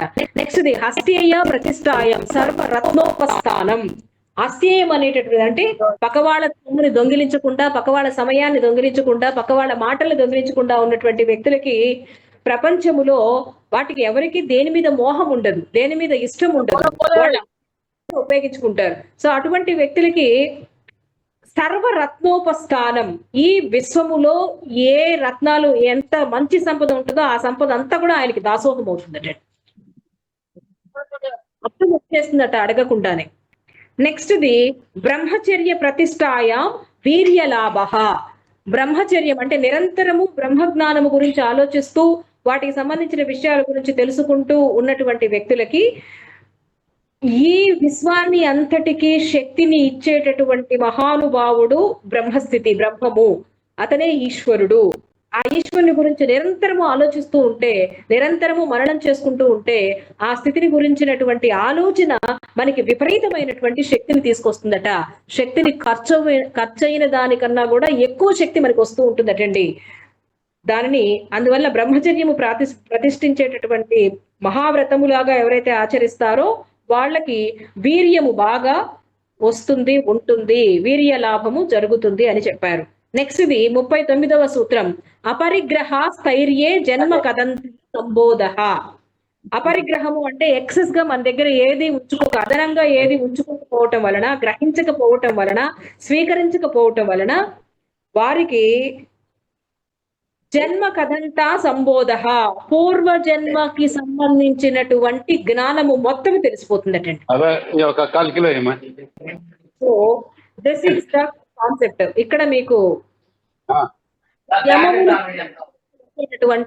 స్థితులు, అలానే శౌచము వలన ఏమొస్తుంది అని అంటే సత్వశుద్ధి జరుగుతుంది అనేటటువంటిది 41 జరిగింది.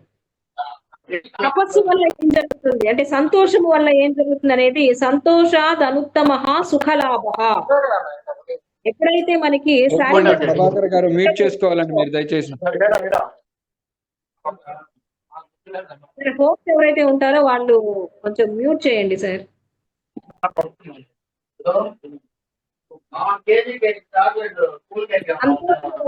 కలుగుతుందటండి పారమార్థికమైనటువంటి భౌతికమైనటువంటి సంబంధించినటువంటి సుఖము కలుగుతుందండి. భౌతిక వాంఛలు, మానసిక వాంఛలు కానీ పరమానంద స్థితి ఒక్కటే అతనికి ఉంటుందట. తపస్సు వలన కాయేంద్రియ సిద్ధి జరుగుతుంది. అంటే తపస్సు చేయటం వలన ఈ ఉన్నటువంటి ప్రతి జ్ఞానేంద్రియాలకు అద్భుతమైనటువంటి స్థితులు వస్తాయండి. స్వాధిష్టానము గనక అభ్యసించటం వలన, అనుష్ఠించటం వలన నీవు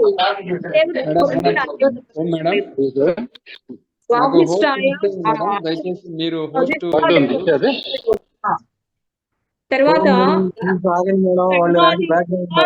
ఈశ్వర ప్రణిధానాత్, ఈశ్వర ప్రణిధానం అంటే ఈశ్వరుని పతంజలి మహర్షి. ఇప్పటి వరకు మనం చెప్పుకున్నటువంటి అష్టాంగ యోగములో యమ నియమాలు ఆచరించటం వలన, యమ నియమాలు అంటే ఏమిటి, ఆ యమ నియమాలు ఆచరించటం వల్ల ఆ యోగికి వచ్చేటటువంటి ఫలితము ఏమిటి అని తెలుసుకున్నాం. ఇప్పుడు మనం మూడవది ఏంటండి అష్టాంగ యోగములో?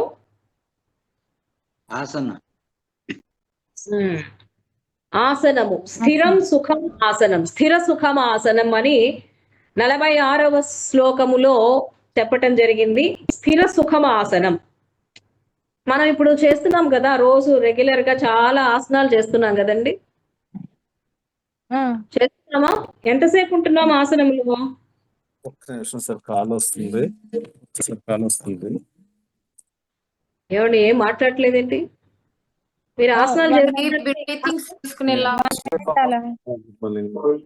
ఉంటున్నారు, కొన్ని హాఫ్ మినిట్ ఉంటున్నారు, 1 minute అలా 1 minute ఉంటున్నారు. Okay okay. 3 గంటలు ఒక ఆసనములో స్థిరముగా సుఖముగా కూర్చుంటే ఆ యోగ స్థితిని పొందేటటువంటి అర్హత వస్తుందట. 3 గంటలు స్థిరముగా సుఖముగా ఒక ఆసనములో ఒక స్థితిలో ఉండాలి. ఎప్పుడు ఉంటాను చెప్పండి, కదలకుండా మెదలకుండా?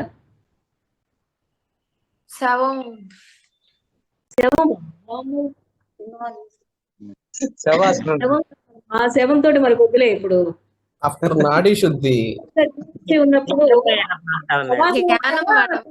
అన్నారా,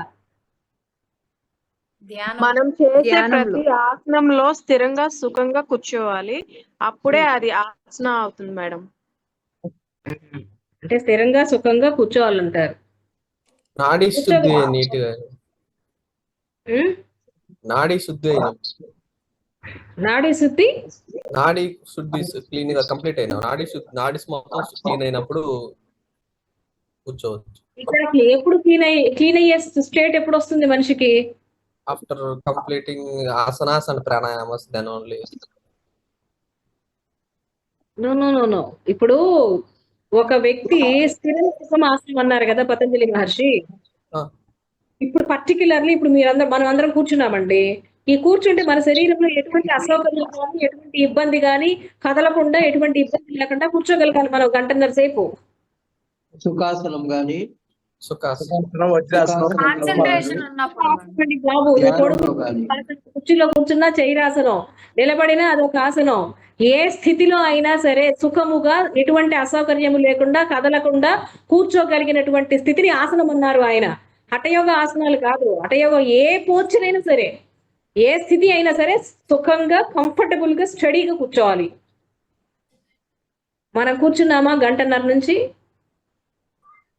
కదులుతున్నాం, లెగుస్తున్నాం, తలకాయ ఎడదిప్పుతున్నాం. కొంతమంది అసలు ఏం చేస్తారో నాకు అర్థం కావట్లేదు.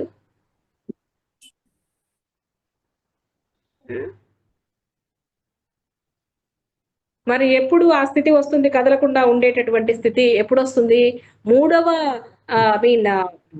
మూడవ కాన్సెప్ట్ గా, మూడవ దానిగా ఎందుకు ఆసనాన్ని చెప్పారు అంటే, ఇప్పుడు నేను పట్టుమని 10 నిమిషాలు ప్రశాంతంగా నేను కదలకుండా కంఫర్టబుల్ గా స్టడీగా కూర్చోవాలి అంటే నా శరీరంలో ఎటువంటి ఇబ్బందులు ఉండకూడదు.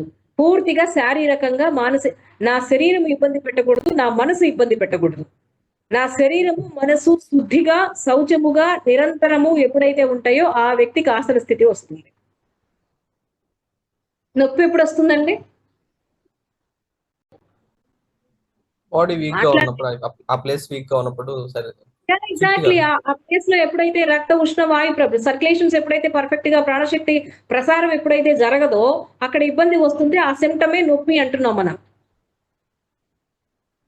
సో కాబట్టి శరీరంలో శౌచం లేదు కదా అక్కడ. మనసు ఇబ్బంది పెడుతుంది, కూర్చొనివ్వటం లేదు. మనసు కూడా విపరీతమైనటువంటి ఆందోళనలో ఉన్నది. శౌచము లేనప్పుడు మీకు ఆసన స్థిరత్వము రాదండి. పతంజలి మహర్షి ముందే యమము నియమము గురించి ఎస్టాబ్లిష్ చేశారు. ఆ తర్వాత నెక్స్ట్ది ఆసన స్థితి అని చెప్పారు. కాబట్టి ఒక వ్యక్తి కంఫర్టబుల్ గా స్టడీగా ఎటువంటి అసౌకర్యం లేకుండా కదలకుండా ఎన్ని గంటలైనా కూర్చోవాలి. అలాంటి ప్రిపరేషన్ కలిగినటువంటి శరీరము మనస్సు ఎవరికైతే ఉంటుందో ఆ వ్యక్తికి మాత్రమే ఆసన సిద్ధి వస్తుంది. సో దట్ ఈస్ స్థిరం సుఖం ఆసనం. నెక్స్ట్ వన్ ఈజ్ ఆసన సిద్ధి వల్ల ఏమొస్తుంది అంటే, ఇందాక ద్వంద్వానధిఘాత మరో ప్రయోజనం కూడా ఉంటుంది అని అంటున్నారు. ఏమంటున్నారు అంటే, అంటే దేనికైనా తట్టుకొని ఆ దేహం ఉంటుందట. అందుకనే పూర్వకాలంలో ఒక ఆసనంలో కొన్ని సంవత్సరాలు అట్లానే కూర్చునేవాళ్ళు. వాతావరణ పరిస్థితుల వల్ల కానీ వచ్చే ఇబ్బందులు ఏవి కూడా లెక్క చేయనటువంటి స్థితి ఉండేది వాళ్ళకి. అంతటి స్థిరత్వం ఉండేది. వాళ్ళు ఆల్రెడీ వాళ్ళకి యమనియమ అనేటటువంటి స్థితి ఉంది కాబట్టి ఆసన సిద్ధి జరిగింది. ఆసన సిద్ధి ఉంది కాబట్టి వాళ్ళు నెక్స్ట్ జరిగేటటువంటి ప్రాక్టీసెస్ అన్ని కూడా చేసుకోగలిగినటువంటి స్థాయిలో ఉండేవాళ్ళు. సో నెక్స్ట్ వన్ ఇస్ 49 ప్రాణాయామం. తస్మిన్ సతి శ్వాస ప్రశ్వాసయో గతి విచ్ఛేద ప్రాణాయామ. తస్మిన్ సతి శ్వాస ప్రశ్వాసయో గతి విచ్ఛేద ప్రాణాయామ. అంటే ఇక్కడ ఏమంటున్నారండి, ఎప్పుడైతే మనకి ఆసన స్థిరత్వం కలుగుతుందో అప్పుడు మనం సహజంగా మనలో జరిగేటటువంటి ఉచ్ఛ్వాస నిశ్వాసాల క్రమాన్ని గమనించగలుగుతాం. పట్టుమని 10 నిమిషాలు కూర్చోగలిగినటువంటి స్థాయి మనకి ఉంటే మన లోపల న్యాచురల్ గా జరిగేటటువంటి ఆ ఉచ్ఛ్వాస నిశ్వాసాలు ఎలా జరుగుతున్నాయి, ఒక ఉచ్ఛ్వాస నిశ్వాసానికి మధ్య సమయం ఎంత ఉంటుంది అనేటటువంటి దానిని మనం అబ్జర్వ్ చేసేటటువంటి కెపాసిటీ వస్తుంది. That is pranayama. మనం ప్రాణాయామం నిరంతరంగా మనం తీసుకోవటం, మనం వదలటం కాదండి. పతంజలి ఇచ్చినటువంటి ప్రాణాయామం ఏంటి అంటే, న్యాచురల్ గా జరుగుతున్నటువంటి ఉచ్ఛ్వాస నిశ్వాసాల ప్రక్రియని గమనిస్తూ ఉండటము. ఒక ఉచ్ఛ్వాసానికి ఒక నిశ్వాసానికి మధ్య ఎంత సమయం వస్తుందో అబ్జర్వ్ చేస్తూ ఉండటం, న్యాచురల్ గా జరిగేటటువంటి దాన్ని గమనిస్తూ ఉండటం. దట్ ఈస్ ఆల్సో కాల్డ్ ప్రాణాయామము అని చెప్పడం జరిగింది. ఆ గతి విచ్ఛేద గతిని, దాని యొక్క సహజ గతి అంటే మార్గాన్ని మళ్లించి మరలా మన అదుపులోకి, అట్లా శ్వాసను కూడా మనము ఆ ఉచ్ఛ్వాసను కూడా ఆపేటటువంటి స్థితి మనకి అంతటి మనోధైర్యము, అంతటి స్టామినా మానవునికి ఉంటుందట. దానివల్ల ఏం జరుగుతుంది అనే దానికి ఇక్కడ చెప్పారు.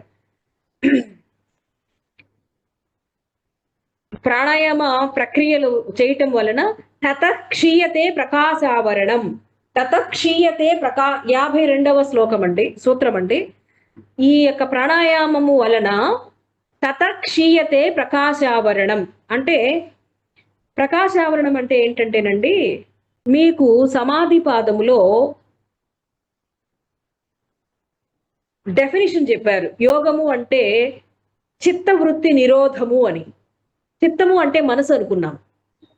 మనసుకి 3 గుణాలు ఉంటాయని చెప్పుకున్నాం, తమో రజో సత్వ గుణాలు. ఈ 3 గుణాలు 3 గుణాల ఆధారంగానే అతని వ్యక్తిత్వం ఆధారపడి ఉంటుంది. ఈ 3 గుణాల యొక్క పనులను మాత్రమే మనిషి చేస్తూ ఉంటాడు. అది ఆలోచించడం కానీ, మాట్లాడడం కానీ, పని చేయడం కానీ. వీటి యొక్క సంస్కారాలే మనకి లోపల లేయర్స్ గా భద్రపరచబడి ఉంటాయి, సంస్కారాలుగా ఉంటాయి. భగవంతుడు ఉన్నాడు. ఆ భగవంతుని పైన ప్రకృతికి ఈ 3 గుణాలు కలిగినటువంటి ప్రకృతితోటి చేసినటువంటి పనుల యొక్క అనుభవాలు ఈ భగవంతుడి పైన లేయర్స్ గా కప్పివేయబడి ఉన్నాయి. అందుకని మనకి ఆ లోపల ఉన్నటువంటి భగవంతుడు కనపట్టలేదు. ఎప్పుడైతే ఈ అభ్యాసము వలన, ఈ ప్రాణాయామం వలన ప్రతి అణువులోనూ భగవస్థితి ఉంటుంది. ఆ భగవస్థితికి పైన లేయర్స్ గా కప్పబడి ఉన్నటువంటి తమో రజో సత్వగుణాలకి సంబంధించినటువంటి సంస్కారాలు ఎప్పుడైతే శుద్ధి అవుతాయో పూర్ణమైనటువంటి భగవంతుడు బయటకు వస్తాడు. భగవంతుడిని దర్శించుకోగలుగుతాము. ఈ ప్రాణాయామము చేయటం వలన ఆ పైన ఉన్నటువంటి ఆ తమో రజో సత్వగుణాలకి సంబంధించినటువంటి లేయర్స్ క్రమేపీ క్షీణిస్తూ ఉంటాయట, తొలగిపోతూ ఉంటాయట, నిర్మూలించబడుతూ ఉంటాయటండి.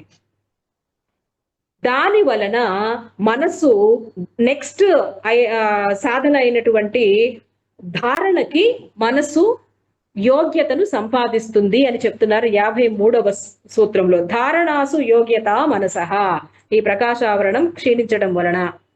సో నెక్స్ట్ 54వ సూత్రంలో ప్రత్యాహారం గురించి వివరించారు. ప్రాణాయామము చేత ఇంద్రియాలు మనసు పరిశుద్ధం అవుతాయి. అప్పటి వరకు మనకు ఉన్నటువంటి మాలిన్యమైనటువంటి అరిషడ్ వర్గాలు పూర్తిగా తొలగిపోయి ఇంద్రియ నిగ్రహం వస్తుంది. దానినే ప్రత్యాహారము అన్నారు. అంటే మనం ఒక ఆసనంలో కూర్చొని ఒక దాని మీద కాన్సన్ట్రేట్ చేసి ఉచ్ఛ్వాస నిశ్వాసాలను గమనిస్తూ ఉంటే పక్కన ఏం జరుగుతున్నా కానీ మనకి చెవులకి శబ్దాలు వినపడితే కానీ దాని లోపలికి అంటే ఆ బయట ఉన్నటువంటి ఇంద్రియ నిగ్రహము, కళ్ళు, ముక్కు, చెవులు, చర్మము, నాలుక ద్వారా తెలుసుకోబడుతున్నటువంటి సమాచారాన్ని లోపలికి స్వీకరించనటువంటి స్థితి వస్తున్నట్టండి.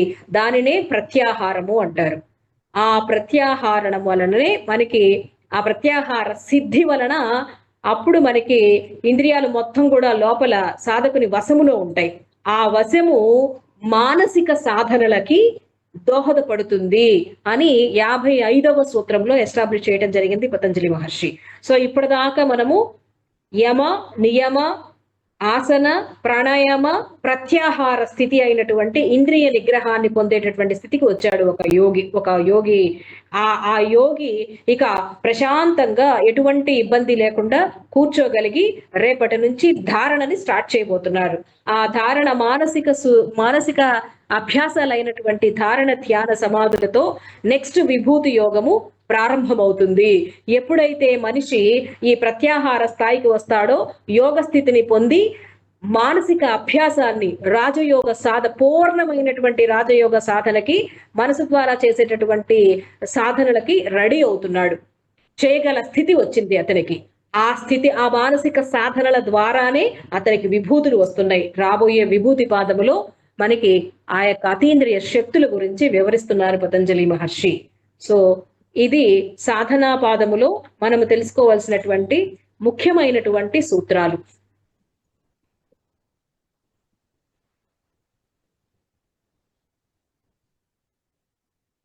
సో ఇప్పుడు చెప్పండి అమ్మా, ఫస్ట్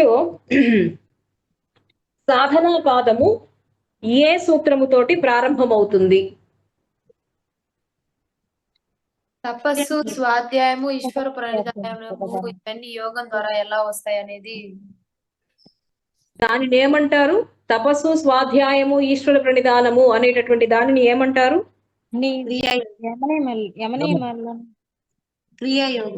క్రియాయోగము. తపస్సు, స్వాధ్యాయ, ఈశ్వర ప్రణిధాన క్రియాయోగ అని ఈ శ్లోకముతోటి సాధనా పాదము స్టార్ట్ అవుతుంది. క్రియాయోగం ఎందుకు ఏర్పాటైందమ్మా? క్లేశాలను తొలగించుకోవటానికి, నిర్మూలించుకోవటానికి. అసలు క్లేశాలు ఏంటి? అవిద్య, అస్మిత, దుఃఖినాశయ, ఏంటది? అవిద్య, అస్మిత, అభినివేశము. అవిద్య అంటే నిత్య అనిత్యాలకు తేడా తెలియకున్నాం. ఎగ్జాక్ట్లీ. మరి అస్మితము అంటే అహంకారం. రాగము అహంకారమైన వాటిని కోసం పోరాటం. నిత్యము కానటువంటి వస్తువులను నిత్యం అనుకుంటేది. మీరు అందుకని ఎక్కువ అమితమైనటువంటి దురభిమానం పెంచుకోబాకండి. అందరూ వెళ్ళిపోయే వాళ్ళమే, ఎవరు కారు. ఉన్నంతసేపు మన ధర్మాల్ని మనం నిర్వర్తించాలి. ఎవరి కర్మ రూపేణ వారి జీవనం కొనసాగిస్తున్నారు, వస్తున్నారు, అనుభవిస్తున్నారు, వెళ్ళిపోతున్నాం. మనము అంతే. అమితమైనటువంటి ఇష్టము కానీ, అమితమైనటువంటి ప్రేమ కానీ మనల్ని అరిషడ్ వర్గాల ప్రలోభాలకి మాయలో పడే విధముగా చేస్తుంది. కాబట్టి నిత్యానిత్య విచక్షణ ఎప్పుడు మనం ఎరిగి ఉండి మనం ఏం చేయాలో, మన ధర్మాలు ఏమిటో ఆ పాత్రకు అనుగుణంగా ధర్మాలని నిర్వర్తించాలి అని కృష్ణ పరమాత్ముడు తన భగవద్గీతలో స్పష్టంగా చెప్పి ఉన్నారు. నెక్స్ట్ అలానే ఎవరి మీద ద్వేషము పెట్టుకోకూడదు, ఎవరి మీద విపరీతమైనటువంటి రాగము. ఈ రెండు కూడా మనకు దుఃఖహేతువులు అవుతూ ఉంటాయి. చివరిది అభినివేశం అంటే ఏంటమ్మా? ప్రాణం మెత్తిపండి. ప్రాణము పోతుంది అన్నప్పుడు ఎంతటి స్పీచ్లు ఇచ్చే వాళ్ళకైనా విపరీతమైన భయం వేస్తుంది, బాధ వేస్తుంది, దుఃఖం వస్తుంది. సో ఇవి 5 కూడా మనిషిని దుఃఖాలకు రావటానికి కారణాలు, హేతువులుగా చెప్తున్నారు. సో మరి ఈ దుఃఖాలు పోగొట్టుకోవటానికి ఏం చెయ్యాలి మనం? అసలు ఈ దుఃఖాలు ఎందుకు వస్తున్నాయి అంటారు? ఒక వ్యక్తికి ఈ దుఃఖం ఎందుకు వస్తుందండి? అవిద్య వల్ల. విద్య వల్ల వస్తుంది. ఈ అవిద్య అనేటువంటి అజ్ఞానం అనేటటువంటిది ఎందుకు కలుగుతుంది మనిషికి? జ్ఞానాన్ని పొందడం. వివేకం లేకపోతే వస్తుందండి. అమ్మా, వివేకం లేకపోతే వివేక ఖ్యాతి అనేటటువంటిది రావటం లేదు అంటే, ఇప్పుడు మనకి ఒక వ్యక్తికి ఒక సంతోషం గాని బాధ గాని వస్తుంది అంటే కారణం ఏంటి అంటే, అతను గత జీవితములో అతడు చేసుకున్నటువంటి పాపపుణ్యాల వలననే వస్తుంది. ఈ జన్మలో మనము మంచి జాతి, మనకి వచ్చినటువంటి జాతి గాని, ఆయువు గాని, ఆరోగ్యం గాని, భోగాలు గాని, సుఖాలు గాని, ఇవన్నీ దేని మీద ఆధారపడుతున్నాయండి? క్లేశ మూల. మూలములు అంటే ఎక్కడున్నాయంటే సంస్కారాలు, కర్మలు. వాటి నుంచి వచ్చేటటువంటి వాసనలకు అనుగుణంగానే ఈ జీవితం గడుపుతున్నాం మనం. అది తెలుసుకుంటే భవిష్యత్తు మన చేతుల్లో తెచ్చుకోవచ్చు.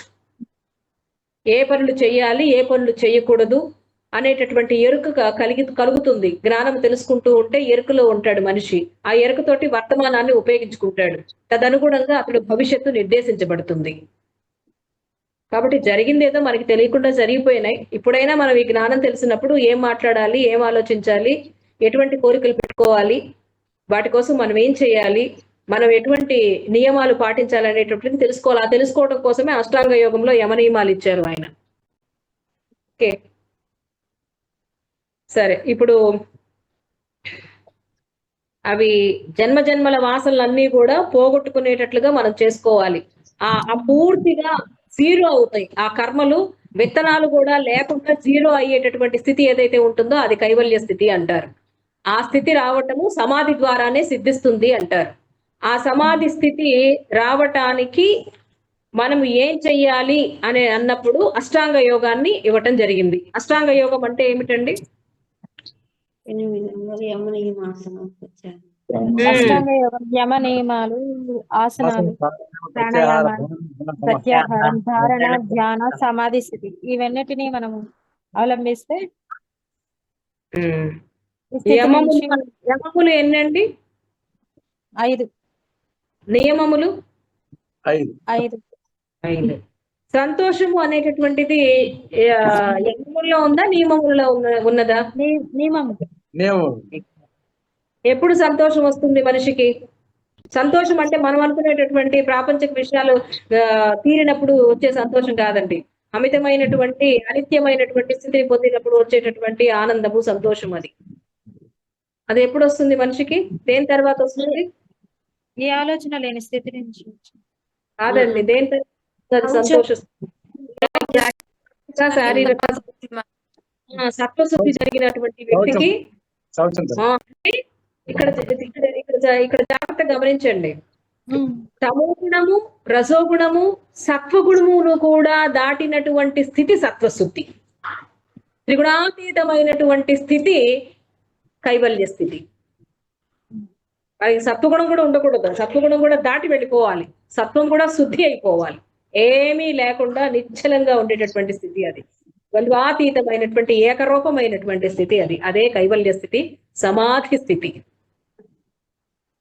కాబట్టి సంతోషము ఇవన్నీ కూడా ఎవరి ద్వారా జరుగుతున్నాయి అనుకోవాలండి మనం?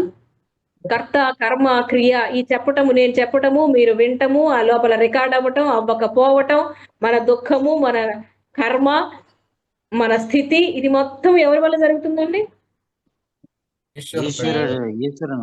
మన కర్మ ఈశ్వరుడు కల్పిస్తున్నాడు అంతే. ఇక్కడ కూర్చున్నాము అంటే ఆ ఈశ్వరుని వల్లనే కూర్చున్నాము. మనం అజ్ఞానివైనా జ్ఞానివైనా మధ్యలో త్రిశంకు స్వర్గంలో ఎలాడుతున్నామన్నా కర్మ రూపేణ కాలపురుషుడుగా ఈశ్వరుడే కల్పిస్తున్నాడు. అందుకని మనం మంచి జరిగినా చెడు జరిగినా అన్నిటికీ ఆయన్నే అపాదిస్తూ, బట్ ఏం చెయ్యాలో అది చేస్తూ ఈశ్వరునికి అప్పగించటం అనేది జ్ఞాని యొక్క లక్షణం.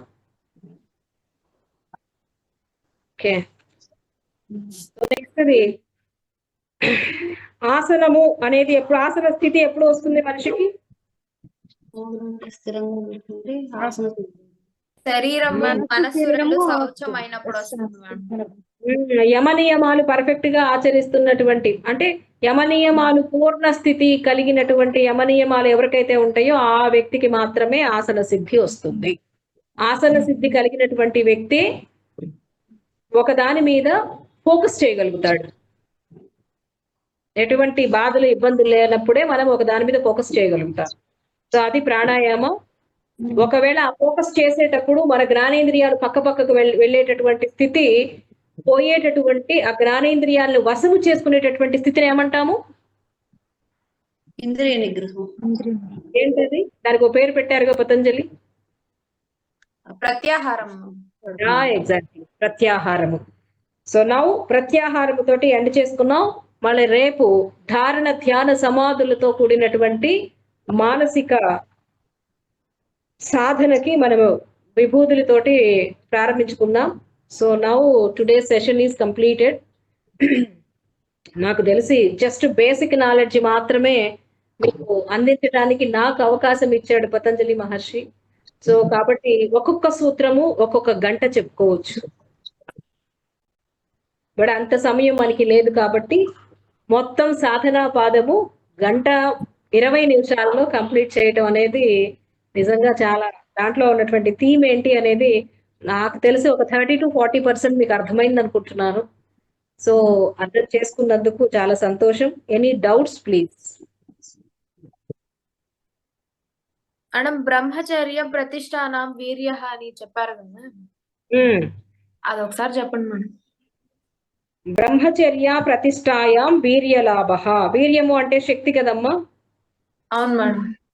వీర్యము అంటే శక్తి. నువ్వు అనవసరం, ఇప్పుడు జనరల్ గా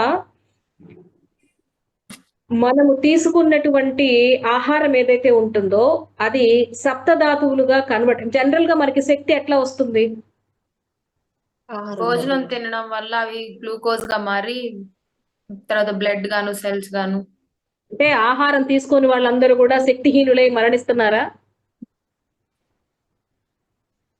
బేసిక్ ఎనర్జీ అయితే అదే. అది కాదమ్మా, ఇంకో మాట చెప్పండి. ఆహారం తీసుకోకుండా ఎవరు ఉండటం లేదా, బ్రతికి ఉండటం లేదా? Madam maybe some yogis exactly.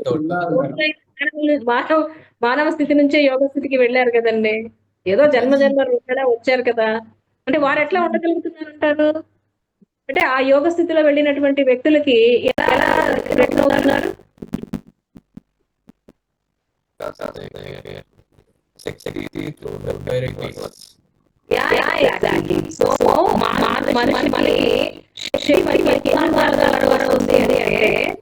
సూర్యుని చూసి, భూమిని చూసి, విష్ణువుని చూసి, గ్రహాలను చూసి, నీటిని చూసి, వాయువుని చూసి, వీటన్నిటి దాంతో పాటు ఆహారం కూడా వస్తుంది.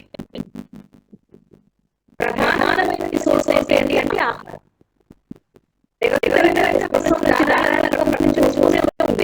కాకపోతే ఆ ప్రకృతి వచ్చేటటువంటి వాయువులో మన గొడవలోకి అగ్నిని అడ్డుపరిచేటువంటి అవే ఆలోచన. రిలీజ్ చేస్తాం కదా, మనకి కనపడడం తరంగాల్లో ఉంటాయి ఆలోచనలు. అవన్నీ కూడా పైన వచ్చేటటువంటి ఎనర్జీని అనుకుంటూ ఉంటాయి. అలా అంటూ ఉంటాయి కాబట్టి మన ప్రధానమైనటువంటి శక్తి ఏదైతే ఉందో అది ఆహారం వల్ల లభిస్తుంది. ఆహారం మనం తీసుకున్న ఆహార పదార్థాలతో కనబడబట్టి అవుతుంది. సో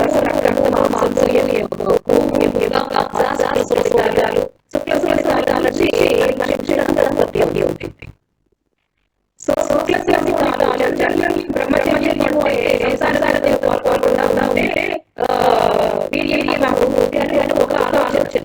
బట్ దాని ఒక పాయింట్ మనం చెప్తే మనం ఫలితాలని బయటికి పాల్గొనడం, బయటికి రావడాన్ని ఎక్సెస్ గా మనము లిక్విడ్ బయటికి పంపిస్తుంటే ఉత్పత్తి అయ్యేటువంటి శిక్షణాలు తగ్గిపోతుంది. జనరల్ గా బ్రహ్మచర్యం అనేటువంటి ఆసనాలు చెప్పారు. బ్రహ్మచర్యము, గృహస్థాశ్రమము, వానప్రస్థము, సన్యాసము అని. బ్రహ్మచర్యం మనం ఏం చేయాలి అంటే శక్తిని పొందడం చేసేసి ఆ శక్తితోటి మిగిలిన ఆసనాలలో ఎలాంటి విధానం గడపాలి అనేటువంటి విశేష పరిణామాలు తెలుసుకోవాలి. అలా తెలుసుకోవాలంటే అమితమైనటువంటి శక్తిని పొంది ఉండాలి. అనవసర శక్తిని ఖర్చు చేసేటటువంటి ప్రాప్తి చేయాల్సి వస్తుంది. వాటి కోసం తారైపోతూ ఆ విద్యతోటి ఆకారాలను ఎవరైతే జీవిని ఉంటారో అటువంటి శక్తిని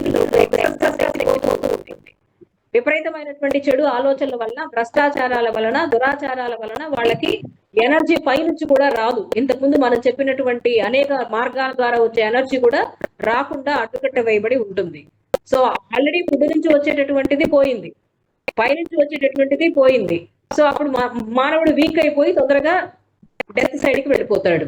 అలా కాకుండా మార్పిడి చేసుకొని మనము ఎనర్జీని తెచ్చుకుంటున్నాం. ఆహారము భూమి నుంచి పండించినటువంటి లేదా విశ్వశక్తి, గాలి, నీరు, సూర్యరశ్మి ద్వారా వచ్చినటువంటి శక్తిని తీసుకొని ఒక ఫ్రూట్ అయ్యి ఆ ఫ్రూట్ తినటం వలన మళ్ళా మార్పిడి చెంది శక్తికరంగా ఉత్పత్తి డైరెక్ట్ గా తీసుకోవట్లేదు. మనం ప్రకృతి ఇచ్చినటువంటి శక్తిని పరోక్షంగా మార్పిడి చేసుకొని మళ్ళా శక్తిని కన్వర్ట్ చేసుకుంటున్నాం. అలా కాకుండా యోగులు ఏం చేస్తున్నారంటే డైరెక్ట్ గా విశ్వశక్తిని వాళ్ళు తీసుకుంటున్నారు కాబట్టి ఆహారాన్ని తీసుకోకపోయినా సరే వాళ్ళు సెటరేట్ అవుతున్నారు, వాళ్ళు ఆరోగ్యవంతంగా ఉంటున్నారు.